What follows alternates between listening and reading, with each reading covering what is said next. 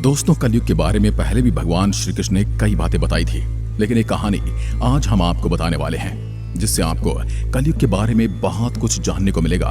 तो आइए जानते हैं क्या थे वे 5 कड़वे सच जो भगवान श्री कृष्ण ने बताए थे। उस समय की बात है जब पांडवों को वनवास मिला है, लेकिन जाने से पहले वो भगवान श्री कृष्ण से मिलने जाते हैं और उनसे अगले युग के बारे में पूछने लगते हैं। जिस तरह हम अपने भविष्य के बारे में जानने को उत्सुक रहते हैं, ठीक वैसे ही पांचों पांडव भी अपने आने वाले युग के मनुष्यों के बारे में जानने को उत्सुक थे। पांडवों की बात सुनकर भगवान कृष्ण ने उन्हें वन में जाने का आदेश दिया और कहा, वन में तुम्हें जो भी दिखे वो आकर मुझे बताना, तभी मैं तुम्हारे प्रश्नों का उत्तर दे पाऊंगा। इसके बाद सभी पांडव वन में जाते हैं और सभी अलग अलग दिशा में जाने लगते हैं और वहां उन्हें जो भी दिखाई देता है उसे देखकर वे हैरान रह जाते हैं। जब सभी पांडव भगवान कृष्ण के पास वापस आए तो उन्हें वन में देखे दृश्यों के बारे में बताने लगते हैं। सबसे पहले युधिष्ठिर ने बताया, उन्हें जंगल में एक ऐसा हाथी दिखा जिसकी 2 सूंड थी, लेकिन एक हाथी की 2 सूंड भला कैसे हो सकती हैं? युधिष्ठिर की बात सुनकर भगवान कृष्ण ने कहा, इसका मतलब ये हुआ कि कलयुग में ऐसे लोग शासन करेंगे जो दोनों तरफ से लोगों का शोषण करेंगे।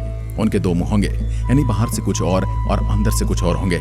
इनके मन में बहुत कुछ अलग अलग चलेगा और ये कहेंगे बहुत कुछ अलग अलग। ये लोगों के सामने तो कुछ और कहेंगे और करेंगे हमेशा अपने हित की।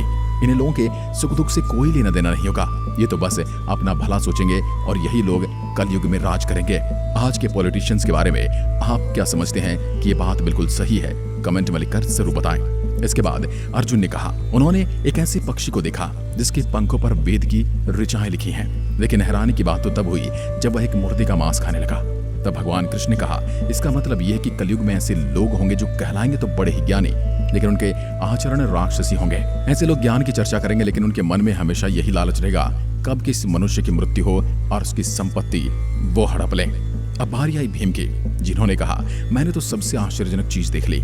एक गाय अपने बछड़े को इतना चाट रही थी कि उसके शरीर से खून बहना शुरू हो गया। इसके बावजूद वह माँ उसे चाट ही रही थी।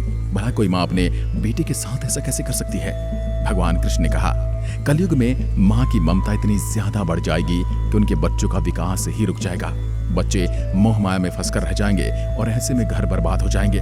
बच्चे दुनियादारी नहीं देख पाएंगे और दुनिया में किस तरह से संघर्ष किया जाता है उससे भी वो अनजान रहेंगे।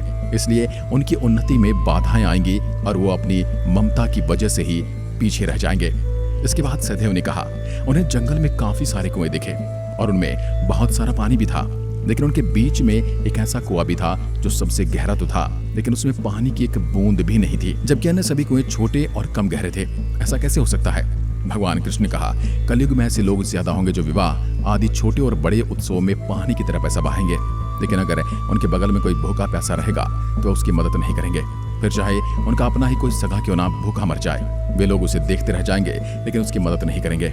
अर्थात कलयुग में अन्न तो होगा, लेकिन फिर भी लोगों की भूख से मृत्यु होती रहेगी। आज आप देख सकते हैं दुनिया में कई देश ऐसे हैं जहां पर लोग भूख से मर रहे हैं और कई देश ऐसे हैं जिनके पास अपार संपत्ति है, धन के भंडार हैं, अन्न के भंडार हैं, और कई बार तो उन्हें अपने अन्न के भंडार को समुद्र में डंप भी करना पड़ता है, लेकिन फिर भी दुनिया में भुखमरी अपनी जगह पर है। अब आखिर में बारी आती है नकुल की, जिन्होंने एक बड़ी चट्टान को पहाड़ से लुढ़कते हुए देखा।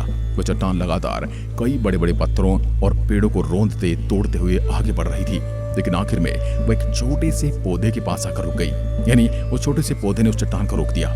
इस पर भगवान कृष्ण बोले, कलयुग में मनुष्य अपनी बुद्धि खो देगा और उसका जीवन का पतन हो जाएगा।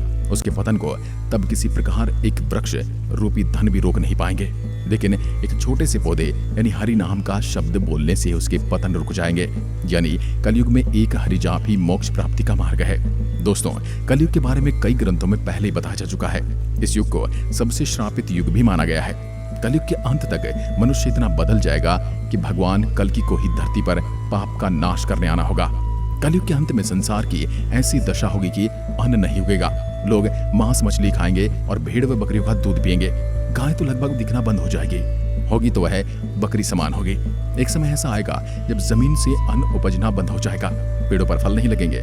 धीरे धीरे ये सारी चीजें विलुप्त हो जाएंगी। पुराण में लिखा कि जैसे जैसे कलयुग आगे बढ़ेगा वैसे वैसे भारत की गद्दी पर वेद विरोधी लोगों का शासन होने लगेगा और ऐसे लोग होंगे जो जनता से झूठ बोलेंगे और अपने कुतर्कों द्वारा एक दूसरे की आलोचना करेंगे और जिनका कोई धर्म नहीं होगा।